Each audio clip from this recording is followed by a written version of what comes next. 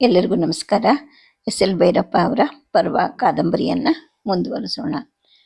ಪಾಂಡುರಾಜ ದಿಗ್ವಿಜಯಗಳನ್ನು ಮಾಡಿದ್ರು ಕೂಡ ಪತ್ನಿಯರ ಒಂದು ರೀತಿಯ ಅತೃಪ್ತಿಯಿಂದಾಗಿ ಅವನು ಅವರಿಬ್ಬರಿಂದಲೂ ದೂರ ಇರಬೇಕಾಗಿ ಬರುತ್ತೆ.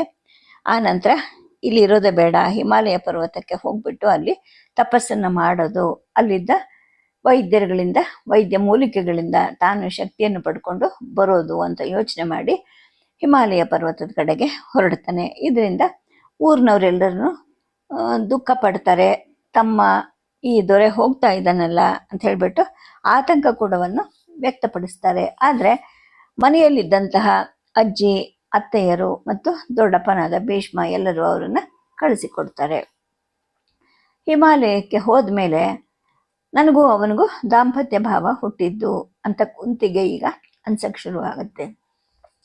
ಕಾಮವನ್ನು ವರ್ಜಿಸಿ ಗಂಡ ಹೆಂಡತಿ ಇಬ್ಬರು ಅನೋನ್ಯವಾಗಿ ಪರಮಾರ್ಥ ಸಾಧನೆಯಲ್ಲಿ ತೊಡಗೋಕ್ಕೆ ಇದು ಪ್ರಾರಂಭದ ಅವಸ್ಥೆ ಅಂತ ನಾವಿಬ್ರು ಭಾವಿಸಿದ್ವಿ.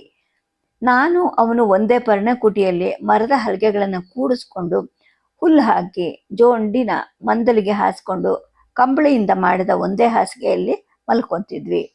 ಸದಾ ಮುಂದಿನ ಜನ್ಮದ ಕನಸು. ಮಾದ್ರಿ ಹಿಂಬದಿಯ ಪ್ರತ್ಯೇಕ ಕೂಡಿಸಲಿನ ಒಂಟಿ ಹಾಸಿಗೆಯಲ್ಲಿ ಇರ್ತಿದ್ಲು.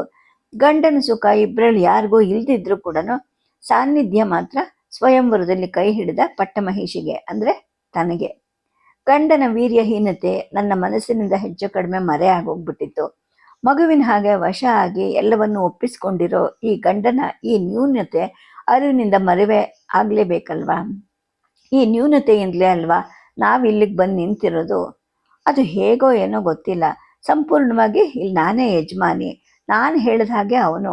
ಮಾತ್ರೆ ಕೂಡ ಇದನ್ನೆಲ್ಲ ಗುರುತಿಸಿದ್ಲು. ಯಾವತ್ತೂ ಅವಳು ಎದುರಾಡ್ತಿರ್ಲಿಲ್ಲ, ಅಪ್ಪಣೆಯನ್ನ ಅಲ್ಗಳಿತನೂ ಇರಲಿಲ್ಲ. ನಾನು ಕೂಡ ಅವಳ ಮೇಲೆ ದರ್ಪ ಮಾಡ್ತಾ ಇರಲಿಲ್ಲ. ಒಂಥರಕ್ಕೆ ಜೀವನ ಸುಖವಾಗೇ ಇತ್ತು. ಊರಿನಿಂದ ಭೀಷ್ಮ ಆಗಾಗ ಕತ್ತೆಗಳ ಎರಡೂ ಕಡೆ ಜಿಗಿಯೋ ಹಾಗೆ ಹೇರಿ ಹೇರಿ ಕಳಿಸ್ತಿದ್ದ. ಅಕ್ಕಿ, ಗೋಧಿ, ಬೆಲ್ಲ, ಎಳ್ಳು, ತುಪ್ಪ, ಕಂಬಳಿ, ಸೀರೆಗಳು, ಧೋತ್ರಗಳು. ಅರಮನೆಯಷ್ಟಲ್ದಿದ್ರು ಕೂಡ ಅಡುಗೆ ಉಪಚಾರಗಳಿಗೆ ಆಳುಗಳಿದ್ರು. ಹೋಮದ ಅಗ್ನಿ ನಂದದೇ ಇರೋ ಹಾಗೆ ಸದಾ ನೋಡ್ಕೊಳ್ತಿದ್ದಂತಹ ಒಬ್ಬ ಮಂತ್ರಜ್ಞ ಪುರೋಹಿತ ಕೂಡ ಇದ್ದ. ಹಸ್ತಿನಾವತಿಯಿಂದ ಹೊರಟ 4ನೇ ದಿನ ಗಂಗಾದ್ವಾರ ದೊರಕ್ತು. ಗಂಡನ ಸಮಕ್ಕೂ ನಡೆದ್ರೂ ನನಗೆ ಆಯಾಸ ಅಂತ ಅನ್ನಿಸ್ಲೇ ಇಲ್ಲ. ಮಾತ್ರಿಗೆ ಮಾತ್ರ ತುಂಬ ಸುಸ್ತಾಯಿತು. ಆಕೆ ಬಳಲಿದ್ಲು. ಅಕ್ಕ, ನೀನೊಂಥರ ಗಂಡಸು ಅಂತ ಅವಳಂದ್ಲು. ನೀನು ಕುದುರೆ ಹತ್ತಿ ಬಾ ಅಂತ ನಾನು ಹೇಳಿದೆ. ನಾವಿಬ್ರು ನಡೆಯುವಾಗ ತಾನು ಕುದುರೆ ಏರಿದ್ರೆ ಸೋತ್ ಹಾಗೆ ಅಂತ ಆಕೆಗೆ ಅನ್ಸಿರ್ಬೇಕು. ಆಕೆ ನಾಚ್ಕೊಂಡ್ಲು. ಕುಂತಿ ಹೇಳ್ದ ಕೇಳು ಅಂತ ಮಹಾರಾಜ ಹೇಳ್ದ. ಕಾಲಿನ ಉದ್ದ ವೇಗಗಳು ಒಂದೇ ಆದ್ರೆ ನಡಿಗೆಯ ಗತಿನೂ ಒಂದೇ ಆಗ್ಬೇಕು ಅಂತೇನಿಲ್ವಲ್ವಾ? ಸಮ ಅಂದ್ರೆ ಗಂಡನ ಸಮವೇ ಇದ್ದಷ್ಟು ನನ್ನ ಮೈ ಕಟ್ಟಿತ್ತು. ಕುಂತಿ, ಅಪ್ಪನ ದೇಶದ ಹೆಸರಿನಿಂದ ಹೆಂಡತಿಯನ್ನ ಕರೆಯೋದು ಆರ್ಯರಾಜರ ಪದ್ಧತಿ. ಇನ್ನು ಮೇಲೆ ನಿನ್ನ ಹುಟ್ಟು ಹೆಸರಿಂದಲೇ ಕರಿತೀನಿ ಪೃಥ ಅಂತ. ನಿನ್ನ ಮೈಕಟ್ಟು ನೋಡಿದ್ರೆ ನನಗೆ ಹೆಮ್ಮೆ ಅನ್ಸುತ್ತೆ ಅಂತ ನಡಿಬೇಕಾದ್ರೆ ಕೈ ಹಿಡಿದು ಆ ಯುವರಾಜ ಹೇಳ್ದ. ನನಗೆ ನಾಚಿಕೆ ಅನ್ನಿಸ್ತು. ಶರೀರವನ್ನು ತಗ್ಗಿಸ್ಕೊಂಡು ಹೆಜ್ಜೆ ಹಾಕಕ್ಕೆ ಶುರು ಮಾಡಿದೆ. ಗಂಗಾದ್ವಾರ ದೂರದಲ್ಲಿದೆ ಅನ್ನುವಾಗ್ಲೇನೆ ನೀಲ ಎತ್ತರದ ಸಾಲುಗಳು ಕಾಣಿಸ್ತು. ನೋಡಿ ಮೂಕಳಾದೆ. ಹುಟ್ಟಿದೂರಿನ ಗಂಡನೂರಿನ ಆಚೆ ಈಚೆ ಇರುವಂತಹ ಹಸಿರು ಕಾಡಲ್ವೇ ಅಲ್ಲ ಅದು. ಆಕಾಶದ ನೀಲಿಯನ್ನು ಹೋಲುವ, ಆಕಾಶದ ನೀಲಿಯನ್ನು ಮುಟ್ಟಿ ಬೆರೆಯುವಂತಹ ಏರು ಇದೇನಾ ಅಂತ ನಾನು ಕೇಳಿದೆ. ಇದು ಇನ್ನೂ ಆರಂಭ. ಇದನ್ನ ಹತ್ತಿ ಆಚೆಗೆ ಇನ್ನೂ ಆಚೆಗೆ ಶಿಖರದ ಆಚೆಗೆ 10-15 ದಿನ ಏರಿ ಇಳಿದು ಆಮೇಲೆ ದೇವಲೋಕ ಪರ್ವತದ ತಪ್ಪಲು ಆರಂಭ ಆಗತ್ತೆ ಅಂತ ಪಾಂಡು ಅಂದ. ನನಗೆ ಉತ್ಸಾಹ ಏರ್ತು. ಹೊಸ ಲೋಕವನ್ನು ಹೊಕ್ಕು ಬದುಕುವಂತಹ ಉತ್ಸಾಹ, ಗಟ್ಟಿಯಾಗಿ ಕಿರುಚುವಂತಹ ಆಸೆ ಆಗ್ತಿತ್ತು. ಅಪ್ಪನ ಮನೆಯ ಬಾಲ್ಯ, ಗಂಡನ ಮನೆಯ ಭಾರ ಎಲ್ಲದಿಂದಲೂ ಮುಕ್ತಳಾಗಿ ಬದುಕುವಂತಹ ಹೊಸ ಜೀವನದ ಉತ್ಸಾಹ ಬರ್ತಾ ಇತ್ತು. ನಿಜವಾಗ್ಲೂ ಸುಖದ ರಾಜ್ಯ ಇದು ಅನ್ನೋ ಭಾವನೆ ಮನಸ್ಸಿನಲ್ಲಿ ಹುಟ್ಕೊಂತು. ಯಾಕೆ ಏನು ಅಂತ ಗೊತ್ತಿಲ್ಲ. ಆಗಾಗ ಹತ್ರ ಬರ್ತಿದ್ದ ಸಖಿ ಕೇಳ್ತಾ ಇದ್ಲು, ಪೃಥ, ಎಷ್ಟು ಸಂತೋಷ ಕಾಣ್ತಿದೆ ಗೊತ್ತಾ ನಿನ್ನ ಮುಖದಲ್ಲಿ ಅಂತ. ಅದನ್ನು ಅವಳು ಹೇಳಬೇಕಾ? ನನಗೆ ಅರಿವಾಗಲ್ವಾ? ಒಂದೊಂದು ಬೆಟ್ಟದ ತುದಿಯ ದಾರಿಯನ್ನು ಏರಿ ಸುತ್ತ ಹಿಂದೆ ಮುಂದೆ ಅತ್ತ ಇತ್ತ ಕಾಣುವ ಇತರ ನೀಲ ತುದಿಗಳನ್ನು ಕಾಣುವಾಗ ನನಗೆ ಅರಿವಾಗ್ತಿತ್ತು. ಊರು ದೊಣ್ಣೆಯನ್ನು ಎತ್ತಿ ಆಕಾಶಕ್ಕೆ ತಿವಿದು ಸುಖವನ್ನು ಇನ್ನಷ್ಟು ಸುರಿಸ್ಲಾ ಅನ್ನಿಸ್ತಿತ್ತು ನನಗೆ. 2 ಅಥವಾ 3 ದಿನ. ಆನಂತರ ಮನಸ್ಸು ಮ್ಲಾನ ಆಗಕ್ಕೆ ಪ್ರಾರಂಭ ಆಯಿತು. ಉತ್ಸಾಹ ಇಳಿತಾ ಹೋಯಿತು. ಬಿದಿರು ದೊಣ್ಣೆಯನ್ನ ಊರಿ ಹತ್ತೋ ಒಂದೊಂದು ಹೆಜ್ಜೆಯು ಭಾವದ ಭಾರವನ್ನು ಹೆಚ್ಚಿಸ್ತಾ ಇತ್ತು. ಶರೀರದ ದಣಿವಲ್ಲ ಅದು, ಅದು ಮನಸ್ಸಿನ ದಣಿವು. ಯಾಕೆ ಏನು ಅಂತ ಮಾತ್ರ ಗೊತ್ತಿಲ್ಲ. ಪರ್ವತಗಳೇ ಹಾಗ ಅನ್ನಿಸ್ತು. ಕಾರಣ ಇಲ್ಲದೆ ಸುಖವನ್ನು ಉಗಿಸುತ್ತವೆ, ಹಾಗೆ ಕಾರಣ ಇಲ್ಲದೆ ದುಃಖವನ್ನು ಮರುಕಳಿಸುತ್ತೆ. ಯಾಕೆ ಏನು ಗೊತ್ತಾಗೋದಿಲ್ಲ ಅಂತ ನನಗನ್ನಿಸ್ತು. ಹತ್ತಿ ಇಳಿಯಕ್ಕೆ ಶುರುವಾದ 13 ದಿವಸ ಅಥವಾ 14 ದಿವಸ ಅಂತ ಕಾಣುತ್ತೆ, ನಾವು ತಲುಪಿದ್ವಿ. ಮೊದಲೇ ಹೋದ ಚಾರರು ಅಲ್ಲಿ ಆಶ್ರಮವನ್ನು ನಿರ್ಮಿಸಿದ್ರು. ದಕ್ಷಿಣಕ್ಕೆ ಒಂದು ಪರ್ವತ ಇತ್ತು, ಉತ್ತರಕ್ಕೆ ಎತ್ತರವಾದ ಪ್ರಚಂಡ ಪರ್ವತ ಇತ್ತು. ನಡುವಿನ ತಪ್ಪಲಿನ ಅತ್ತಲು ಬೆಟ್ಟದ ಇಳುವು ಏರುಗಳಿದ್ವು, ಇತ್ತಲೂ ಇದ್ದವು ಏರಿಳುವುಗಳು. ನಡುವೆ ಒಂದಿಷ್ಟು ಮಟ್ಟಸವಾದ ಜಾಗ ಅಷ್ಟೇ. ಎಲ್ಲೆಲ್ಲೂ ಎಲಚಿ ಗಿಡಗಳಿದ್ವು, ಘಮಘಮಿಸುವ ಹೂವುಗಳಿದ್ವು. ನೆನಪನ್ನು ಉಕ್ಕಿಸಿ ಉಕ್ಕಿಸಿ ಹುಚ್ಚು ಹಿಡಿಸುವಂತಹ ಕುಳಿತ ಪರ್ವತಗಳ ಹೊಟ್ಟೆಗಳನ್ನೆಲ್ಲ ಸುತ್ತಕೊಂಡಿರುವಂತಹ ದವನದ ವಾಸನೆ ಇತ್ತು. ಎಷ್ಟು ವಿಧವಾದ ಬಣ್ಣ ಬಣ್ಣದ ಹೂವುಗಳಿಲ್ಲಿ, ಇಲ್ಲೇ ನಾವಿರೋದು ಅಂತ ಪಾಂಡು ಹೇಳ್ದ. ಮಹಾರಾಜ, ಜಾಗ ಏನೋ ಹುಚ್ಚು ಹಿಡಿಸೋಷ್ಟು ಸುಂದರವಾಗಿದೆ. ಹೂವು ದವನಗಳು ದಾರಿ ಉದ್ದಕ್ಕೂ ಇದ್ವು. ಇಷ್ಟಲ್ದಿದ್ರು ಕೂಡ ನೀನು ಇದೇ ಜಾಗ ಆರ್ಸಕ್ಕೆ ಏನ್ ಕಾರಣ? ಊರಿನಿಂದ 19 ದಿನಗಳ ಸತತ ಬೆವರು, ಕಾಲು, ಮೀನು ಕಂಡಗಳ ನೋವು, ಏದಿಸಿರು ಪಡುವಂತಹ ದೂರದಲ್ಲಿ, ಇಷ್ಟು ದೂರದಲ್ಲಿ ಯಾಕೆ? ಇದನ್ನ ಯಾಕೆ ಆರಿಸ್ಕೊಂಡೆ ನೀನು ಅಂತ ನಾನು ಕೇಳಿದೆ. ಪೃಥ, ನೀನೇ ಆಲೋಚಿಸು. ಮಹಾರಾಜನಿಗೂ ಇಷ್ಟೊತ್ತಿಗೆ ದಣವಾಗಿತ್ತು. ಊರ್ದೊಣ್ಣೆಯ ಮೇಲೆ ಭಾರ ಊರಿ ಆತ ನಿಟ್ಟಿಸಿರು ಬಿಡುತ್ತಾನೆ ಹೇಳ್ದ. ನಾನು ಆಲೋಚನೆ ಮಾಡದೆ ಹೊಳಿಲಿಲ್ಲ. ನೀನೇ ಹೇಳು ಅಂದೆ. ಸ್ವಲ್ಪ ದೊಡ್ಡದಾದ ಒಂದು ಗುಡಿಸಲಿತ್ತು. ಮಳೆ ನೀರು ಸ್ವಲ್ಪನೂ ಒಳಗಡೆ ಇಳಿದೆ ಕೊಚ್ಚಿ ಹರಿಯುವಂತಹ ಕಡಿದಾದ ಚಾವಣಿ ಮಾಡಿದ್ರು. ಒಳಗೆ ಬೆಚ್ಚಗಾಗುವಷ್ಟು ಮಂದವಾಗಿ ಒಟ್ಟಿದ ಜೊಂಡಿನ ಹೊದಿಕೆ ಇತ್ತು. ಅದರ ಹಿಂಬದಿಗೆ ಇನ್ನೊಂದು ಗುಡಿಸಲಿತ್ತು, ಸ್ವಲ್ಪ ಸಣ್ಣದು. ಪಕ್ಕದ್ದು ಯಜ್ಞಶಾಲೆ ಅಂತ ನೋಡಿದ್ರೆ ಗೊತ್ತಾಗ್ತಿತ್ತು. ಅದರ ಹತ್ತಿರದಲ್ಲಿ ಒಂದು ಪಾಕಶಾಲೆ ಮಾಡಿದ್ರು. ಮತ್ತೆ ಆಳುಗಳ ಗುಡಿಸಲುಗಳು ಕೂಡ ಇದ್ವು. ಅದ್ರ ಹಿಂದೆನೆ ಕುದುರೆ ಲಾಯ, ಇವೆಲ್ಲ ಒಂದೇ ಸಮತಟ್ಟಲ್ಲೇನು ಇರಲಿಲ್ಲ. ಏರು ಇಳುವುಗಳಲ್ಲಿ ಹಂಚಿ ಹೋಗಿದ್ವು. ಮಧ್ಯೆ ಸಣ್ಣ ಸಣ್ಣ ಕಲ್ಲುಗಳನ್ನ ಕಡಿದು ಮಾಡಿದ ಮೆಟ್ಟಿಲುಗಳಿದ್ವು. ನಾನು ಕೇಳಿದ್ದಕ್ಕೆ ಆತ ಉತ್ತರ ಕೊಡಲಿಲ್ಲ. ಏನು ಅಂತ ಮತ್ತೆ ಕೇಳ್ದ. ಈ ಜಾಗವನ್ನ ಯಾಕೆ ಆರಿಸ್ದೆ ಅನ್ನೋದನ್ನ ನೀನೇ ಆಲೋಚನೆ ಮಾಡಿ ಹೇಳು ಅಂದೆ. ನಾನು ಕೇಳಿದ ಪ್ರಶ್ನೆ ನನಗೆ ಮರೆತು ಹೋಗಿತ್ತು. ಆ ಜಾಗನೇ ಅಂಥದ್ದು. ಯಾಕೆ ಆರಿಸಿದ್ದು ಅಂತ ಕೇಳಿದ್ದಕ್ಕೆ, ಎದುರಿಗೆ ಕಾಣೋ ಪರ್ವತ ಇದೆ ನೋಡಲ್ಲಿ, ಊರ್ದೋಣೆಯನ್ನು ಎತ್ತಿ ಗುರಿ ಮಾಡಿ ಆತ ತೋರಿಸ್ತಾ ಹೇಳ್ದ. ಅಲ್ಲಿಂದ ದೇವಲೋಕ ಆರಂಭ ಆಗತ್ತೆ, ಮೇಲೆಲ್ಲ ಅದೇ ಅಂದ. ಏನ್ ಹಾಗಂದ್ರೆ ಅಂತ ನಾನು ಮತ್ತೆ ಕೇಳಿದೆ. ನಾವು ಕುರುಗಳು, ನೀವು ಯಾದವರು, ಅವರು ಮಾದ್ರರು ಅಂತ ನಮ್ಮಲ್ಲಿ ಪ್ರಭೇದ ಇಲ್ವಾ? ಹಾಗೇನೆ ದೇವ ಅನ್ನೋ ಜನದ ರಾಜ್ಯ ಈ ಪರ್ವತದಿಂದ ಮೇಲಕ್ಕೆ ಶುರು ಆಗತ್ತೆ. ನಮ್ಮ ಆರ್ಯರ ಮೂಲನೇ ಅವರಂತೆ. ಈಗಲೂ ಅವರ ರಾಜನ ಹೆಸರು ಇಂದ್ರ ಅಂತೆ, ಪುರೋಹಿತನ ಹೆಸರು ಬೃಹಸ್ಪತಿ ಅಂತೆ. ಅಗ್ನಿ, ವಾಯು ಅಂತ ಮಂತ್ರದಲ್ಲಿ ಹೇಳ್ತೀವಲ್ವಾ, ಅದೇ ಹೆಸರುಗಳು. ಅದೇ ರೀತಿ ರಾಜ್ಯ ವ್ಯವಸ್ಥೆ, ಔಷಧಿ ಮೂಲಿಕೆಗಳು ಅವ್ರಿಗೆ ಗೊತ್ತಿರೋ ಅಷ್ಟು ಕೆಳಗಡೆ ಇರೋ ಬಯಲಿನ ಆರ್ಯಾವರ್ತದವ್ರಿಗೆ ಗೊತ್ತಿಲ್ವಂತೆ. ಅಮೃತದ ರಹಸ್ಯನೂ ಅವ್ರಿಗೆ ಗೊತ್ತಂತೆ. ಪ್ರಾಯವನ್ನ ಮತ್ತೆ ಗಳಿಸ್ಕೊಳ್ಳುವಂತಹ ಮೂಲಿಕೆಗಳನ್ನ ಅವರು ಬಲ್ಲರಂತೆ. ಅವೆಲ್ಲ ಸಿಕ್ಕೋ ಜಾಗ ಇದು. ನಮ್ಮ ಕಡೆ ಗೋಧಿ, ಅಕ್ಕಿ, ಕಾಳುಗಳು ಇಲ್ಲಿ ಅವ್ರಿಗೆ ಅಪೂರ್ವವಂತೆ. ಅದನ್ನು ಕಂಡ್ರೆ ಬಾಯಿ ಬಿಡ್ತಾರೆ. ಒಂದಿಷ್ಟು ಆಗಾಗ ಅವರಿಗೆ ಕೊಟ್ಟು ಔಷಧಿಯನ್ನು ತಗೊಂಡು ನನ್ನ ಕಾಯಿಲೆ ಗುಣವಾಗಿ ಮಕ್ಕಳಾಗ್ಬಿಟ್ರೆ ಅಂತ ಹೇಳ್ತಾ ಹೇಳ್ತಾ ಅವನ ಧ್ವನಿ ಕ್ಷೀಣಿಸ್ತಾ ಹೋಯ್ತು. ನನಗೆ ಆಧಾರವೇ ಕುಸಿದ ಹಾಗಾಗೋಯ್ತು. ತಪಸ್ಸು ಅಂತ ಇಲ್ಲಿಗೆ ಹೊರಟ ಮೇಲೆ ಮನಸ್ಸು ಒಂದು ರೀತಿಯ ಸಮಾಧಾನಕ್ಕೆ ಬಂದಿತ್ತು. ಗಂಡ, ದಾಂಪತ್ಯ, ಮಕ್ಕಳು ಮೊದಲಾಗಿ ಎಲ್ಲ ಸುಖವನ್ನು ವರ್ಜಿಸಿದ ವ್ಯರ್ಥ ಋತುವಿನ ಪಾಪಕ್ಕೆ ಪ್ರಾಯಶ್ಚಿತ ರೂಪದ ತಪಸ್ಸೊಂದೇ ಮನಸ್ಸಿನಲ್ಲಿ ಸುಳಿತಿತ್ತು. ಆ ವಿಚಾರ ಬಂದಿತ್ತು ಈತನಿಂದಲೇ. ಆದ್ರೆ ಈಗ ನೋಡಿದ್ರೆ ಮತ್ತೆ ಈತ ಆಸೆಯನ್ನು ಚಿಗುರಿಸ್ತಾ ಇದ್ದಾನೆ. ಬೇಡ ಬೇಡ ಅವೆಲ್ಲ ಬೇಡ ಅಂತ ನಾನಂದೆ. ಯಾಕೆ, ತಾಯಿ ಆಗಕ್ಕೆ ಇಷ್ಟ ಇಲ್ವಾ ನಿನಗೆ ಅಂತ ಅವನಂದ.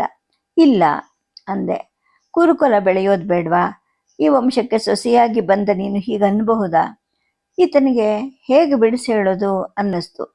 ಇಲ್ಲ, ಆ ದಾರಿ ಬೇಕು ಅಥವಾ ಈ ದಾರಿ ಖಚಿತವಾಗಿರ್ಬೇಕು. ಯಾವುದಾದ್ರೂ ಪರ್ವತ ಸೀಮೆಯ ಜನ ಔಷಧಿ ಕೊಡ್ತಾರೆ ಅನ್ನೋ ಭರವಸೆಯಿಂದ ಆಸೆಯನ್ನು ಚಿಗುರಿಸ್ಕೊಂಡು ನರಳಿ ನರಳಿ ನರಳಿಕೆ ಹೆಚ್ಚಾದಷ್ಟು ಗಂಡನ ಮೇಲೆ ಕೋಪ ತಿರಸ್ಕಾರಗಳು ಹೆಚ್ಚಾಗಿ ಯಾಕಿವೆಲ್ಲ ಹಿಂಸೆ ಅನ್ನಿಸ್ತು. ಆದರೆ ಅದನ್ನು ಆತನಿಗೆ ಬಿಡಿಸಿ ಹೇಳಿದ್ರೆ ಆತ ನೊಂದುಕೊಳ್ತಾನೆ. ಕುರುವಂಶದ ಮುಂದೆ ಸಾಗಿಸೋ ಭಾರ ಹೊತ್ತಿರೋ ಈತ ದುಃಖಿಸ್ತಾನೆ, ಕಣ್ಣೀರು ಹಾಕ್ತಾನೆ, ನನ್ನ ಎದೆ ನೆನೆದು ಒದ್ದೆ ಆಗೋ ಹಾಗೆ ಅಳ್ತಾನೆ. ನನ್ನಲ್ಲಿ ನಾನು ನಿಷ್ಕಾಮಿಯಾಗಿರ್ಬೇಕು, ಈತನ ಆಸೆಯನ್ನು ಚಿವುಟಬಾರದು, ಉತ್ಸಾಹವನ್ನ ಮುರುಟಿಸಬಾರದು ಅಂತ ನಿಶ್ಚಯ ಮಾಡಿಕೊಂಡೆ. ನಿಶ್ಚಯ ಏನೋ ಸುಲಭ, ಕುರುವಂಶಕ್ಕೆ ಸೊಸೆಯಾಗಿ ಬಂದು ಇಂತಹ ನಿಷ್ಕಾಮ ಭಾವ ಇಲ್ಲದೆ ಬದುಕೋದಾದ್ರೂ ಹೇಗೆ? ಆ 5 ಜನ ಕುರುಕುಲಕ್ಕೆ ಸೇರಿದವರೇ ಅಲ್ಲ, ಅವರನ್ನ ನಾನು ಪಾಂಡವರು ಅನ್ನೋದೇ ಇಲ್ಲ, ಕುಂತಿ ಮಕ್ಕಳು ಅಂತೀನಿ ಅಂತ ಅವನನ್ನಲ್ಲ. ಮನಸ್ಸನ್ನು ಮುರಿದು ನನ್ನ ಬಯಕೆಯನ್ನು ಹತ್ತಿಕ್ಕಿ ಅವನ ಆಸೆಯನ್ನು ಒಣಗಿಸಿದ ಹಾಗೆ ಜತನ ವಹಿಸಿ ಈ ವಂಶದ ಸೊಸೆಯಾಗಿದ್ದೀನಿ ನೋಡು ನಾನು ಅಂತ ಕುಂತಿ ಅವಡುಗಳನ್ನ ಬಿಗಿ ಮಾಡಿಕೊಂಡು ತನ್ನಂತಾನ ಹೇಳ್ಕೊಳ್ತಾಳೆ. ಇಷ್ಟು ದಿನ ಈ ವಂಶದ ಸೊಸೆಯಾಗಿ ಬದುಕಿದ್ದೀನಿ, ಸೊಸೆಯ ಮಕ್ಕಳು ಮಗನ ಮಕ್ಕಳ್ಯಾಕೆ ಆಗೋದಿಲ್ಲ? ಅಧರ್ಮ ನಾಲಿಗೆಯಲ್ಲಿ ಗೆಲ್ಲಬಹುದು, ಯುದ್ಧದಲ್ಲಿ ಗೆಲ್ಲಲಾರದು, ಹಾಗೆ ಕುಂತಿ ಸೋಲೋದಿಲ್ಲ ಅಂತಲೂ ಅಂದ್ಕೊಳ್ತಾಳೆ. ನೀರಲ್ಲಿ ಕಾಣೋ 2 ಶುಭ್ರ ಕಣ್ಣುಗಳು ನಿಶ್ಚಲವಾಗಿರುತ್ತೆ. ಉಳಿದೆಲ್ಲವನ್ನೂ ಅತ್ತದೂಡಿ ತನ್ನ ಅಳವನ್ನೇ ದಿಟ್ಟಿಸ್ತಾ ಮರದ ಎಲೆಗಳ ಸಂದಿನಿಂದ ವಾಲಿದ ಬಿಸಿಲು ತನ್ನ ಬಿಂಬದ ಮೇಲೆ ಬಿದ್ದು ಒಡೆದು ಹೋಳಾದಂಗೆ ಆಕೆಗೆ ಅನಿಸುತ್ತೆ. ತಲೆ ಎತ್ತಿ ತಿರುಗಿ ನೋಡ್ತಾಳೆ. ನೆತ್ತಿಯಿಂದ ಎಷ್ಟೋ ಕೆಳಗಡೆಗೆ ವಾಲಿರುತ್ತೆ. ಹೀಗೆ ವಾಲಿ ವಾಲಿ ಇಳಿದು ಮರೆಯಾಗಿ ನಾಳೆ ಬೆಳಗ್ಗೆ ಹುಟ್ಟೋ ಹೊತ್ತಿಗೆ ಕೃಷ್ಣ ನಾಳೆನೇ ಹೋಗು, ತಡ ಮಾಡಬೇಡ ಅಂತ ಹೇಳಿದಾನಲ್ವಾ ಅನ್ಸುತ್ತೆ ಆಕೆಗೆ. ಬೆಳಗ್ಗೆ ಸೂರ್ಯ ಹುಟ್ಟೋಕ್ಕೆ ಎಷ್ಟೋ ಮೊದಲು ನದಿ ದಡಕ್ಕೆ ಬರ್ತಾನಂತೆ. ಅವನು ಹರಿಯೋ ಇದೇ ನೀರಿನಲ್ಲಿ ಇಲ್ಲಿಗಿಂತ ಸ್ವಲ್ಪ ಕೆಳಭಾಗದಲ್ಲಿ ಮಿಂದು ಉದಿಸೋ ಸೂರ್ಯನಿಗೆ ಕೈ ಮುಗಿದು ಕಣ್ಣು ಮುಚ್ಚಿ ಧ್ಯಾನಿಸ್ತಾನಂತೆ. ಆಗ ಒಬ್ಬಳೇ ಹೋಗು, ಅವನಿಗೆ ನಾನೆಲ್ಲ ಹೇಳಿದ್ದೀನಿ, ನೀನು ಸುಮ್ಮನೆ ಹತ್ರ ನಿಂತ್ಕೋ, ಮಗು ಕರ್ಣ ಅನ್ನು, ಪಾಂಡವರು ನಿನ್ನ ತಮ್ಮಂದ್ರು, ಮರಿಬೇಡ, ನಾನಿನ್ನೇನು ಕೇಳೋದಿಲ್ಲ ಅನ್ನು ಸಾಕು ಅಂತ ಅವನು ಹೇಳಿದ್ನಲ್ವಾ ಅಂತ ಕುಂತಿ ನೆನಪು ಮಾಡ್ಕೊತಾಳೆ. ನಿಧಾನವಾಗಿ ಕತ್ತಿರುಗಿಸ್ತಾಳೆ. ಬಿಂಬ ಅಲ್ಲೇ ನೀರಲ್ಲಿರುತ್ತೆ, ಆದರೆ ಕಾಲು, ತೊಡೆ, ಹೊಟ್ಟೆ, ಎದೆಗಳೆಲ್ಲ ನಡುಗ್ತಾ ಇರುತ್ತೆ ಆಕೆಗೆ. ಕುರುವಂಶದ ಸೊಸೆಯ ಈ ಮಗ ಏಕೆ ಕೌರವ ಆಗಲಿಲ್ಲ ಅಂತ ಅವಳ ಮನಸ್ಸು ಕೇಳ್ಕೊಳ್ಳುತ್ತೆ. ಕುಂತಿ ಈಗ ಸೋಲ್ಬೇಕು, ಅದು ಹೆತ್ತ ಮಗನ ಎದುರುಗಡೆ ಅಂತ ಎಲ್ಲೋ ನುಡಿದ ಹಾಗೆ ಅನಿಸುತ್ತೆ. ಅವಳ ಬಿಂಬ ಗಡಗಡ ನುಡುಗಕ್ಕೆ ಶುರುವಾಗುತ್ತೆ. ಕಣ್ಣು ಮುಚ್ಕೊಳ್ತಾಳೆ. ಸ್ವಲ್ಪ ಹಿಡಿತಕ್ಕೆ ಬರುತ್ತೆ ಮನಸ್ಸು. ಕುರುವಂಶದ ಹಿರಿಯ ಸೊಸೆಯ ಹಿರಿಯ ಮಗ ಹಿರಿಯ ಕೌರವನಾಗಿದ್ರೆ ಕುಂತಿಗೆ ಈ ಬವಣೆ ಬರ್ತಾನೆ ಇರಲಿಲ್ವಲ್ವಾ ಅನ್ಸುತ್ತೆ. ಪರ್ವತಗಳೇ ಹಾಗೆ ಕಾರಣ ಇಲ್ಲದೆ ದುಃಖವನ್ನು ಮರುಕಳಿಸುತ್ತೆ. ಯಾಕೆ ಏನು ಅಂತ ಮೊದಲು ಆಕೆಗೆ ಗೊತ್ತಾಗೋದಿಲ್ಲ. ಅನಂತರ ಸ್ಪಷ್ಟವಾಗಿ ತೇಲಿ ಬರುತ್ತೆ. ಎದುರಿಗೆ ದೇವಲೋಕ ಆರಂಭ ಆಗೋ ಪರ್ವತದ ಎತ್ತರವನ್ನು ನೋಡಿದ್ರೆ ಹರಿಯೋ ಕಿರು ಹೊಳೆಯಲ್ಲಿ ನೀರಲ್ಲಿ ಮೀಯಕ್ಕೆ ಅಂತ ಇಳಿದಾಗ ಹೂವುಗಳನ್ನು ಬಿಡಿಸಿ ಕಟ್ಟಿ ಮಾಲೆ ಮಾಡ್ತಿದ್ರೆ ಅದೇ ನೆನಪು ಆಕೆಗೆ. ಏನು ಅಂತ ಅರಿವಾಗಕ್ಕೆ ಮುಂಚೆನೆ ಮೊಳೆತು ಬೆಳೆದು ಮೂಡಿ ಬಚ್ಚಿಟ್ಕೊಂಡಿದ್ದು. ಈಗ ತಿಳುವಳಿಕೆ ಸಾಕಷ್ಟಿದೆ, ಆದರೆ ಮೊಳಿತಾ ಇಲ್ಲ. ದಾರಿದ್ರ್ಯ ಸಹಿಸಿಕೊಳ್ಳೋಕ್ಕೆ ನಿಷ್ಕಾಮ ಭಾವವನ್ನು ಸಾಧಿಸ್ಕೋಬೇಕು. ಹದಗೆಟ್ಟ ಕ್ಷತ್ರಿಯನಿಗಿಂತ ಹದ ಹಿಡಿದ ಋಷಿ ಮೇಲು ಅಂತ ಈಗಲೂ ತನ್ನ ಮನಸ್ಸು ಹೇಳ್ತಾ ಇದೆಯಲ್ಲ. ಮೊಟ್ಟ ಮೊದಲು ರಹಸ್ಯ ಭೇದಿಸಿದವನ ನೆನಪನ್ನ ಯಾರು ತಾನೇ ಮುಚ್ಚಿಡೋಕ್ಕೆ ಸಾಧ್ಯ? ಅದು ರಹಸ್ಯ ಭೇದನ ಶಕ್ತಿಯೇ ಇಲ್ಲದೆ ಇರೋಂತಹ ಸಂಗಡಿಗನ ಜೊತೆಗೆ ಆ ರಹಸ್ಯವನ್ನ ಅನುಭವಿಸಿ ಅರಿಬೇಕು. ಬರೀ ಅರಿಯೋದಷ್ಟೇ ಅಲ್ಲ, ಮೊದಲಿನ ಪೌರುಷ ಇದ್ದ ಹಾಗೆ ಚಿಕ್ಕ ಹುಡುಗಿಯಿಂದಲೂ ಕುತೂಹಲ ಆಕೆಗೆ. ಜೀವ ನಿರ್ಮಾಣ ಹೇಗಾಗತ್ತೆ? ಎಲ್ಲಿ ಹುಟ್ಟಿ ಬರುತ್ತೆ ಮಗು? ಅಳೋ ನಗೋ ಕೈಕಾಲು ಬಡಿದು ಕೇಕೆ ಹಾಕೋ ಜೀವದ ಗೊಂಬೆ ಎಲ್ಲಿಂದ ಬರುತ್ತೆ? ತುಂಬ ಚಿಕ್ಕವಳಿದ್ದಾಗ ಆಕೆ ಹೆತ್ತ ತಾಯಿಯನ್ನು ಕೇಳಿದಾಗ ಆಕೆ ನಕ್ಕಿರ್ತಾಳೆ. ತನಗೆ ಅವಮಾನ ಅನಿಸುತ್ತೆ. ಅಪ್ಪನನ್ನು ಕೇಳಿದ್ದಕ್ಕೆ ಅವನ ದೃಷ್ಟಿ ಹತ್ತಿರ ಇದ್ದ ದಾಸಿ ಕಡೆಗೆ ಹರಿಯುತ್ತೆ. ಮತ್ತೆ ಯಾರನ್ನು ತಾನು ಕೇಳೋದಿಲ್ಲ. ಸಾಕು, ಅಪ್ಪನ ಮನೆಗೆ ಬಂದಾಗ ಪಟಪಟ ಮಾತಾಡ್ತಿದ್ದೆ. ಎಲ್ಲಿ ಯಾರ ಮನೆಯಲ್ಲಿ ಮಕ್ಕಳಾಯಿತು ಅಂತ ಅಂದರೂ ಕೂಡ ಹೋಗಿ ನೋಡುವಂತಹ ಹುರುಪು, ಅದೊಂದು ರೀತಿಯ ಹುಚ್ಚು, ಅದು ಹುಟ್ಟುಬಿಟ್ಟಿತ್ತು. ಹುಟ್ಟಿತು ಅಂದರೆ ಏನು, ಎಲ್ಲಿರುತ್ತೆ, ಹೇಗೆ ಬರುತ್ತೆ, ಹೆಂಗಸಿನ ಹೊಟ್ಟೆಯಿಂದ ಅನ್ನೋದು ಕ್ರಮೇಣ ತಿಳಿದ್ರೂ ಕೂಡ ನಂಬಿಕೆ ಹುಟ್ಟಲಿಲ್ಲ. ಅದನ್ನು ಹೊಟ್ಟೆ ಒಳಗೆ ಇಡೋರು ಯಾರು ಅನ್ನೋ ಒಂದು ಕುತೂಹಲ ಬೆಳೀತಾ ಇತ್ತು. ವಯಸ್ಸು ಬೆಳೀತಿತ್ತು. ಯಾರನ್ನು ಕೇಳಬಾರ್ದು ಅನ್ನೋ ನಾಚಿಕೆ ಅದು ಹೇಗೋ ಬೆಳ್ಕೊಂಡೂ ಇತ್ತು. ಆದರೆ ಆ ಕುತೂಹಲ ಮಾತ್ರ ಹೋಗಿರಲಿಲ್ಲ. ಒಂದ್ಸಲ ಸಾಕು ತಂದೆ ಅರಮನೆಗೆ ದೂರ್ವಾಸ ಋಷಿ ಬಂದಾಗ ಋಷಿ ಸೇವೆಗೆ ಮನೆಯಲ್ಲಿ ಒಬ್ಬ ಮಗಳಿರೋದು ಅಪ್ಪನಿಗೆ ಸಂತೋಷ ಕೊಟ್ಟಿತ್ತು. ರಾಜನ್, ಮಗಳಿಗೆ ವಯಸ್ಸೆಷ್ಟು ಅಂತ ಆತ ಕೇಳ್ದ. 15 ಅಂತ ಅಪ್ಪ ಹೇಳಿದ್ರು. ಏನು ಬೆಳವಣಿಗೆ, ಪುಣ್ಯವಂತ ನೀನು, ಮಹಾವೀರರ ತಾಯಿಯಾಗಬಲ್ಲಂತಹ ಹೆಣ್ಣಾಗ್ತಾಳೆಯವಳು ಅಂತ ಆತ ಅಂದ. ಅಪ್ಪನಿಗಂತೂ ಸಂತೋಷ. ನನಗೆ ಎಷ್ಟೊಂದು ಹಿಗ್ಗಾಗಿತ್ತು. ತಾಯಿಯಾಗೋ ಅಂದರೆ ಮಹಾವೀರರ ತಾಯಿಯಾಗೋ ಅಂದರೆ ನನಗೂ ಕೈಕಾಲು ಬಡಿದು ಕೇಕೆ ಹಾಕೋ ಮಗು ಹುಟ್ಟುತ್ತಲ್ವಾ ಅನ್ನಿಸ್ತು. ಇಂತಹ ಮುನಿಗಳು ಬಂದಾಗ ಮನೆ ಮಗಳೇ ಅವರ ಶುಶ್ರೂಷೆಗೆ ನಿಲ್ಲಬೇಕು. ಆ ಪದ್ಧತಿ ನಿನಗೆ ಗೊತ್ತಿದೆ ಅಲ್ವಾ? ಅವ್ರಿಗೆ ಯಾವಾಗಲೂ ಯಾವ ವಿಷಯದಲ್ಲೂ ಅಸಮಾಧಾನ ಆಗಬಾರ್ದು ಅಂತ ಅಪ್ಪ ನನಗೆ ಆಜ್ಞಾಪನೆ ಮಾಡಿದ್ರು. ಅವರು ಸ್ವಲ್ಪ ಮುಂಗೋಪಿ, ಆದರೆ ಒಳ್ಳೆ ಋಷಿ. ಕೆದರಿದ ಕೂದಲನ್ನ ಗಂಟು ಹಾಕಿ ಕಿರೀಟ ಇಟ್ಟರೆ ಎಷ್ಟು ಚೆನ್ನಾಗಿ ಕಾಣಬಹುದಲ್ವಾ ಅನ್ನೋ ಕಲ್ಪನೆ ನನಗೆ ಬಂತು. ಶ್ರದ್ಧೆಯಿಂದ ಅವ್ರ ಸೇವೆ ಮಾಡಿದೆ. ತುಂಬ ಸಲಿಗೆನೂ ಬೆಳೀತು. ಅದೇನೋ ಅವ್ರನ್ನ ಕೇಳೋ ಕುತೂಹಲ ಅಲ್ಲ, ಏನೋ ಒಂದು ರೀತಿಯ ಬಯಕೆ ಆಯಿತು. ಒಂದಿನ ಕೇಳಿಬಿಟ್ಟೆ, ಮುನಿ, ಮಗು ಹೇಗಾಗತ್ತೆ ಅಂತ. ಅವರು ತಿರುಗಿ ನೋಡಿದ್ರು. ಈ ಪ್ರಶ್ನೆಯನ್ನು ನಾನು ಕೇಳಿದ್ದ ಅಂತ ನಮ್ಮದೇ ಇರೋ ಹಾಗೆ ಅವ್ರು ನೋಡಿದ್ರು. ಸುಮ್ಮನಾದ್ರು. ಅಲ್ಲೇ ನಿಂತ್ಕೊಂಡೆ ನಾನು. ಯಾಕೆ ಕೇಳ್ತಾ ಇದೀಯಾ ಅಂತ ಮುನಿಗಳು ಕೇಳಿದ್ರು. ಅಲ್ಲ, ಮಹಾವೀರರ ತಾಯಿ ಆಗ್ತೀಯಾ ಅಂತ ಅವತ್ತಂದ್ರಲ್ಲ, ಹೇಗಾಗ್ತೀನಿ ಅಂತ ತಿಳ್ಕೋಬೇಕು ಅನ್ನಿಸ್ತು ಅಂತ ನಾನಂದೆ. ಅದು ಆಗುವಾಗ ಆಗುತ್ತೆ, ಈಗ ಯಾಕೆ ಅಂತ ಮುನಿಗಳು ಹೇಳಿದ್ರು.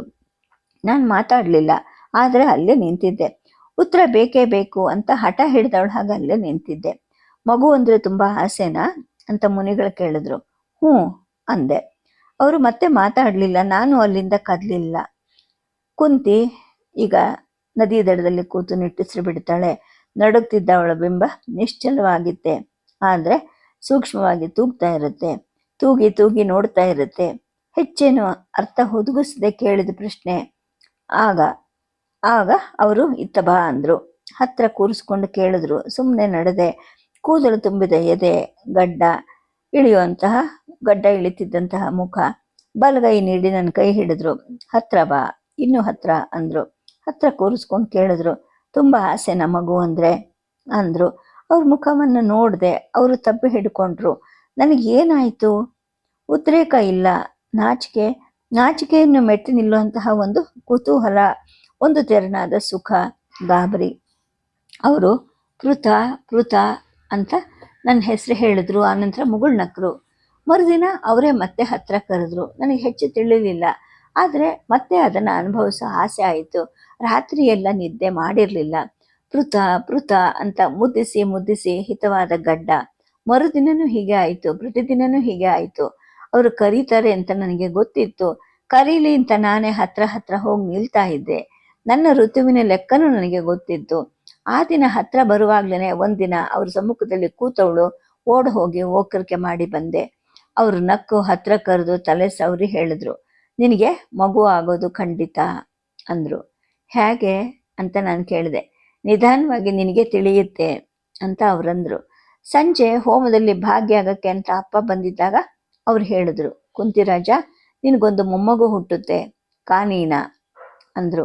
ಅಪ್ಪನ ಮುಖದಲ್ಲಿ ಮೊದಲು ಸಂತೋಷ ಕಾಣಿಸ್ತು, ಆನಂತರ ಖಿನ್ನತೆ ಮೂಡ್ತು.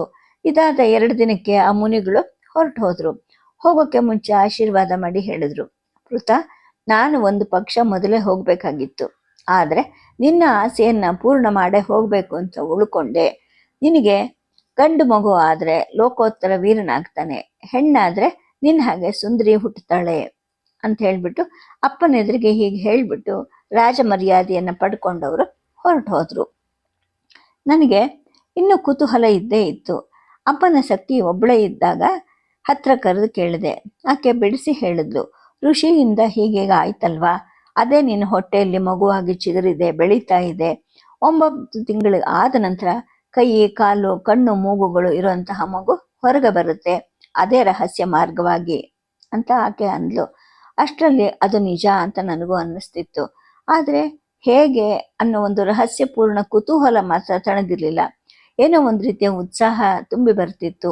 ಸುಮ್ಮನೆ ಓಡಿ ಆಡೋದು, ಮರ ಹತ್ತಿ ಕೊಂಬೆ ಮೇಲೆ ಜಗ್ಗೋದು, ಮರದ ಕೊಂಬೆಗೆ ಹಗ್ಗ ಕಟ್ಟಿ ಉಯ್ಯಾಲೆ ತೂಕ್ಕೊಳ್ಳೋ ಉತ್ಸಾಹ ಇರ್ತಿತ್ತು. ನನ್ನ ಸಖಿಯರನ್ನು ಕಟ್ಕೊಂಡು ಇದೇ ಮಾಡ್ತಿದ್ದೆ. ಮಧ್ಯ ಓಕರಿಕೆ ಬರ್ತಿತ್ತು, ಇರಿಸ್ಮುರ್ಸ್ ಆಗ್ತಿತ್ತು. ಲೆಕ್ಕ ಹಾಕ್ತಾನೇ ಇದ್ದೆ. 1, 2, 3, 4 ತಿಂಗಳುಗಳು ಆದವು. ಅಮ್ಮನ ಸಖಿ ಹೇಳಿದ್ದು ನಿಜ. ನನ್ನ ಹೊಟ್ಟೆಯಲ್ಲಿ ಏನೋ ಬೆಳೀತಾ ಇರೋ ಹಾಗೆ ಅನ್ನಿಸ್ತಾ ಇತ್ತು. ಉಬ್ಬುತ್ತಾ ಇತ್ತು ನನ್ನ ಹೊಟ್ಟೆ. ಆಶ್ಚರ್ಯ, ಸಂತೋಷ ಆಗ್ತಿತ್ತು. ಒಂದಿನ ಅಪ್ಪ ನನ್ನನ್ನು ಕರೆದು ಹೇಳ್ದ, ಅಮ್ಮನ ಎದುರಿಗೇನೆ ಹೇಳ್ದ ಅಪ್ಪ, ಪೃಥ ಮಗು, ಇನ್ಮೇಲೆ ನೀನು ಅರಮನೆಯ ಒಳ ಆಯದಿಂದ ಹೊರಗಡೆ ಹೋಗಬೇಡ. ಮದುವೆ ಆಗ್ದೇನೆ ತಾಯಿ ಆಗ್ತಾ ಇದೀಯ. ಮುಚ್ಚಿಡದೆ ಇದ್ರೆ ನಮ್ಮ ರಾಜಕುಟುಂಬದ ಮರ್ಯಾದೆ ಉಳಿಯೋದಿಲ್ಲ ಅಂತ ಅಂದ. ಯಾಕೆ ಉಳಿಯೋದಿಲ್ಲ, ಏನಾಗುತ್ತೆ ಅಂತ ನಾನು ಕೇಳಿದೆ. ಯಾಕೆ ಉಳಿಯೋದಿಲ್ಲ, ಏನಾಗುತ್ತೆ ಅಂತ, ನೀರಿನ ಒಳಗಡೆನ ಬಿಂಬ ಕೂಡ ನಿಟ್ಟುಸಿರು ಬಿಡುತ್ತೆ. ಈಗ ಪರ್ವತಗಳೇ ಹಾಗೆ ದುಃಖವನ್ನು ಮರುಕಳಿಸುತ್ತೆ, ಇದೇ ನೆನಪು ಕಾಣುತ್ತೆ. ಎಲ್ಲವನ್ನು ಮೊದಲು ನಿಶ್ಚಯ ಮಾಡಿದ್ರು. ಮಗು, ದುಃಖ ಪಡಬೇಡ. ಋಷಿಗಳು ಯಾವತ್ತೂ ಹಿಂದಿನ ಕಾಲದ ಆಚಾರ ವಿಚಾರದವರು. ನಮ್ಮ ಕಡೆ ಕ್ಷತ್ರಿಯರು ಕೂಡ ಈಗ ಬಹಳ ಮುಂದುವರಿತಾ ಇದ್ದಾರೆ. ಮದುವೆಗೆ ಮೊದಲೇ ಹೆಣ್ಣು ಮಗಳು ತಾಯಿಯಾದ್ರೆ ಅವಮಾನ. ಅವಳನ್ನ ಮದುವೆ ಆಗೋಕ್ಕೆ ಕೂಡ ಯಾರೂ ಒಪ್ಪೋದಿಲ್ಲ.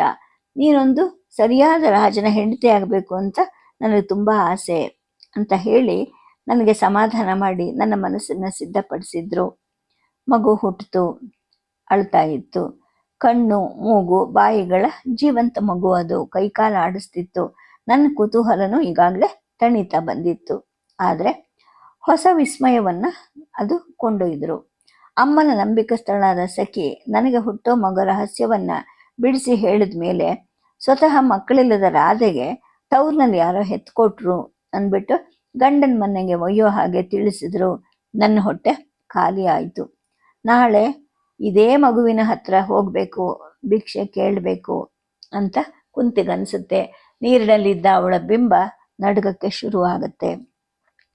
ಪರ್ವತಗಳು ನೆನಪನ್ನ ಮರುಕಳಿಸ್ತಾ ಇರ್ಬೇಕಾದ್ರೆ ದೇವಲೋಕದ 2 ವೈದ್ಯರು ಅಲ್ಲಿಗೆ ಬರ್ತಾರೆ. ಅಂದ್ರೆ ಮತ್ತೆ ಕುಂತಿ ಆ ದೇವ ಪರ್ವತದ ಕಡೆಗೆ ಮನಸ್ಸನ್ನ ಹರಿಸ್ಕೊಂತಾಳೆ. ಆ ಬಂದ 2 ವೈದ್ಯರು ಒಂದೇ ಥರದ ಮೈಕಟ್ಟಿನವರಾಗಿರ್ತಾರೆ, ಲಕ್ಷಣವಾಗಿರ್ತಾರೆ. ಅವಳಿ ಸಹೋದರರಂತೆ ಅವರು. ಅವ್ರ ಹತ್ರ ಹತ್ತಿ ಬಟ್ಟೆ ಇರೋದಿಲ್ಲ. ಸದಾ ಕುರಿ ಅಥವಾ ಮೇಕೆಯ ತುಪ್ಪಳದ ಕಂಬಳಿಯ ಬಟ್ಟೆಯನ್ನು ಹಾಕೊಂಡಿರ್ತಾರೆ. ಯಾವಾಗಲೂ ಜೋಡಿಯಾಗೆ ಬರ್ತಾರೆ. ರೋಗಿಗಳಿಗೆ ಕೈಕಾಲು ನೋವಿದ್ರೆ, ಮೂಳೆ ಜರುಗಿದ್ರೆ ಒಬ್ಬ ಹಿಡ್ಕೊಳ್ತಾನೆ, ಒಬ್ಬ ಕಟ್ತಾನೆ. 2 ಕೂಡಿ ಮೂಲಿಕೆಗಳನ್ನು ಹುಡುಕಿ ತರ್ತಾರೆ. ಒಬ್ಬ ಅರಿತಾರೆ, ಇನ್ನೊಬ್ಬ ಹಿಂಡ್ತಾನೆ. ಅವ್ರಿಗೆ ಅಕ್ಕಿ ಗೋಧಿ ಅಂದರೆ ಬಾಯಿ ಬಿಡೋಷ್ಟು ಆಸೆ. ಪಾಂಡುರಾಜ ಕತ್ತೆಗಟ್ಟಲೆ ಹೇರಿಸಿ ಕೊಡ್ತಾನೆ. ಅವರು ಔಷಧಿ ಪ್ರಾರಂಭ ಮಾಡಿದ್ರು. ರಾಜನಿಗೆ ಮತ್ತೆ ವೀರ್ಯ ಹುಟ್ಟಿ ಮಕ್ಕಳಾಗುವಂತಹ ಔಷಧಿ. ನಿನ್ನ ಹೊಟ್ಟೆಯಲ್ಲಿ ಮಗು ಆಗತ್ತೆ, ದಪ್ಪ ಮಗು ಅಂತ ಬಂದಾಗೆಲ್ಲ ನನಗೆ ಹೇಳ್ತಾ ಇದ್ರು. ನನ್ನ ಹೊಟ್ಟೆಯನ್ನು ಮುಟ್ಟಿ ಅವ್ರು ನಗ್ತಾ ಇದ್ರು. ಗಂಡು ಹೆಣ್ಣುಗಳ ಸಂಪರ್ಕದಲ್ಲಿ ನಮ್ಮ ಕಡೆ ಹಾಗೆ ಸಂಕೋಚ ಇಲ್ವಂತೆ ಈ ದೇವಲೋಕದವ್ರಿಗೆ. ಮಹಾರಾಜ ಭಕ್ತಿಯಿಂದ ಔಷಧಿ ಸೇವಿಸ್ತಿದ್ದ. ನನಗೂ ಇವರಲ್ಲಿ ಭಕ್ತಿ ಹುಟ್ಕೊಂತು. ಹೊಸ ಕನಸು ಪ್ರಾರಂಭ ಆಗ್ತಾ ಇತ್ತು. ಹೊಟ್ಟೆಯಲ್ಲಿ ಹೊಸ ಚಿಗುರು ಹುಟ್ಟುತ್ತೆ. ಮೊದಲ ಸಲ ಆದ ಹಾಗೆ ಬೆಳೆಯುತ್ತೆ, ಉಬ್ಬುತ್ತೆ. ಪರ್ವತದ ಗಾಳಿಯನ್ನೆಲ್ಲ ಉಸಿರಲ್ಲಿ ಒಳಗೆಳ್ಕೊಳ್ಳುವಂತಹ ಆಸೆ ತನಗಾಗ್ತಾ ಇತ್ತು. ಈ ಪೃಥೆಗೆ ಮಕ್ಕಳು ಅಂದರೆ ಯಾವಾಗಲೂ ಆಸೆ. 10, 15, 20 ಮಕ್ಕಳಾಗಬೇಕು ಅನ್ನಿಸ್ತಿತ್ತು. ದೇವಲೋಕದಿಂದ ಕೆಳಗಡೆ ಹರಿಯುವಂತಹ ನೀರು, ದವನ, ಏಲಕ್ಕಿ, ನಾನಾ ವಿಧದ ಲತೆ ಪುಷ್ಪಗಳ ಮೇಲಿಂದ ಬೀಸುವಂತಹ ಪರ್ವತ ಗಾಳಿ ಇತ್ತು. ಆ ದೇವ ವೈದ್ಯರ ಮೂಲಿಕೆಯ ಔಷಧಿ ಇತ್ತು. ಪಾಂಡುವಿನ ವೀರ್ಯ ಬನಿಯೊಡೆದು ಪೃಥೆಯ ಮಕ್ಕಳನ್ನು ಪಡೆಯಲಾರಕ ಆಗಲ್ವಾ? ಮೈ ಮೇಲೆ ಏರೋ ಹಾಗೆ ಕೈಕಾಲು ಕುಣಿಸಿ ಕೇಕೆ ಹಾಕೋ ಮಕ್ಕಳನ್ನು ತಾನು ಹಡಿಬಹುದಾ ಅನ್ನಿಸ್ತಿತ್ತು. ಅಲ್ಲಿಯ ಶೀತದ ಹವೆ ಈಕೆಗಂತೂ ಹಿಡಿಸುತ್ತೆ. ಆದರೆ ಸಖಿಗೆ ಕೆಮ್ಮು ಪ್ರಾರಂಭ ಆಗುತ್ತೆ. ಅದು ಉಬ್ಬಸಕ್ಕೆ ತಿರುಗುತ್ತೆ. ನೀನು ಊರಿಗೆ ಹೋಗು ಅಂತ ಅಂದ್ರೂ ಕೇಳದೆ ಉಳಿತಾಳೆ. ದೇವ ವೈದ್ಯರು ಮೂಲಿಕೆ ತಿನ್ನಿಸಿದ್ರು ಗುಣ ಆಗೋದಿಲ್ಲ. ಆಕೆ ಸತ್ತು ಹೋಗ್ತಾಳೆ. ಅವಳ ಸಾವಿನ ದುಃಖದಲ್ಲಿ ನಾನು ಬೇಯ್ತಾ ಇರುವಾಗ ಹಸ್ತಿನಾವತಿಯಿಂದ ಸುದ್ದಿ ಬಂತು. 100 ಕತ್ತೆಗಳ ಮೇಲೆ ದಿನಸಿ, ಧಾನ್ಯ, ಕಂಬಳಿಗಳನ್ನು ಹೊರಿಸ್ಕೊಂಡು ಬಂದಂತಹ ಸೂತ. ಆತನಿಗೆ ಮೊದಲಿಂದಲೂ ಪಾಂಡುರಾಜನಲ್ಲಿ ಹೆಚ್ಚು ವಿಶ್ವಾಸ. ಆತ ಹೇಳ್ದ, ಇದನ್ನು ಹೇಳೋಕ್ಕೆ ಅಂತಲೇ ಈ ಸಲ ನಾನೇ ಈ ಸಾಮಾನುಗಳ ಜೊತೆಗೆ ಹೊರಟು ಬಂದಿದ್ದೀನಿ. ನಾವು ಈ ಕಡೆ ಬಂದು ಈಗಾಗಲೇ ವರ್ಷ ಆಯಿತು. ಇನ್ನು ಹಿಂತಿರುಗ್ತೀವಿ ಅನ್ನೋ ನಿರೀಕ್ಷೆಯನ್ನ ಭೀಷ್ಮ ಬಿಟ್ಟು 6 ತಿಂಗಳಾಗೋಗಿದೆಯಂತೆ. ತಾನು ಉಳಿಸಿ ಬೆಳೆಸಿದ ಕುರುವಂಶ ಮತ್ತು ಹಸ್ತಿನಾವತಿ ಸುರುಟು ನಿಂತಿವೆ. ಇನ್ನು ಇವನ್ ಬೆಳೆಸ್ಬೇಕು ಅಂತ ಹೇಳ್ಬಿಟ್ಟು ಹೇಗಾದ್ರೂ ಮಾಡಲೇಬೇಕು ಅಂತ ನಿರ್ಧಾರ ಮಾಡಿಕೊಂಡು ಆತ ಧೃತರಾಷ್ಟ್ರನಿಗೆ ಮದುವೆ ಮಾಡಿದ್ದಾನಂತೆ, ಇದನ್ನ ಹೇಳಕ್ಕೆ ಅಂತಲೇ ನಾನು ಬಂದೆ ಅಂತ ಸಾಮಾನುಗಳ ಜೊತೆ ಬಂದಂತಹ ಸೂತ ಹೇಳ್ದ. ಸದ್ಯಕ್ಕೆ ಕಥೆಯನ್ನ ನಿಲ್ಸಿರ್ತೀನಿ. ನಮಸ್ಕಾರ.